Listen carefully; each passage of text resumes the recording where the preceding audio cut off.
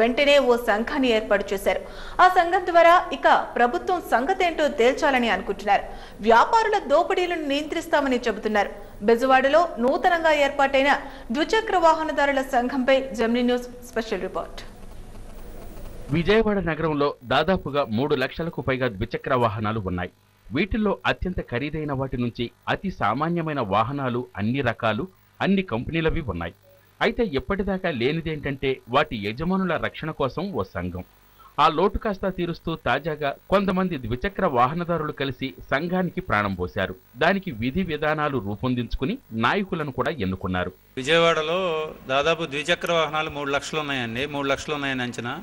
అయితే మా తరపున ఏ ఫోరం కానీ కమిటీ కానీ ఇంతవరకు లేదు. పెట్రోల్ హైక్ విపరీతంగా పెరిగిపోతుంటే ప్రత్యక్షంగా దాన్ని బేర్ చేసేది కానీ ఖర్చు పెట్టుకునేది కానీ దాని అనుభవం అంతా మేమే బేర్ చేస్తున్నాం, దాని కష్టాలన్నీ. అయితే పొలిటికల్ పార్టీలు ఎన్నైనా సమస్యల పరంగా వ్యతిరేకించినప్పటికీ మా ద్విచక్ర వాహనదారులందరూ మా సమస్యలను అందరికీ ఒక కమిటీగా ఏర్పాటు చేసుకొని మేము వ్యతిరేకిస్తే బాగుంటుంది, మేము ఒక ఫోరంగా ఏర్పడి మా సమస్యలను మేమే పరిష్కరించుకోవడానికి ఒక ఫోరంగా ఏర్పడాలనే ఉద్దేశంతో ఇది ఏర్పాటు చేసుకోవడం జరిగింది. యుద్ధ ప్రాతిపదికన సంఘం పెట్టడానికి ప్రభుత్వం ఒక్కసారిగా పెంచిన పెట్రోల్ ధరలే కారణం. కానీ సభ్యులంతా చేరిన తర్వాత అనేక కష్టాలు నష్టాలు చర్చలకొచ్చాయి. బైకు కొనుగోలు దగ్గర నుంచి మరమ్మతులకు వస్తే స్పేర్ పార్టుల వరకు అన్ని సమస్యలే. అందుకే అన్ని సమస్యలను కూలంకుషంగా చర్చించి పరిష్కరించేందుకు ఈ సంఘం ఒక ముసాయిదాను కూడా తయారు చేయాలని నిర్ణయించింది.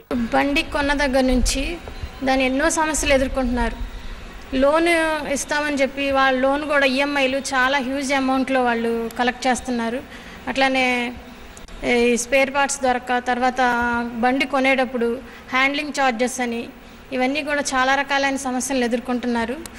వాటన్నిటిని కూడా పరిష్కరించడం కోసమని మేము ఈ ఫోరం ద్వారా ప్రజల్లో ఒక అవగాహన కల్పించి ఆ సమస్యలను కూడా ఈ ఫోరం ద్వారా పరిష్కరిద్దామని ఈ ఫోరం అనేది ఏర్పడింది. ప్రజాస్వామ్య వ్యవస్థలో వారి వారి సమస్యలు పరిష్కరించుకునేందుకు, కష్టాలు చెప్పుకునేందుకు ఓ సంఘం ఏర్పాటు చేసుకోవటం ప్రోత్సహించే విషయమే.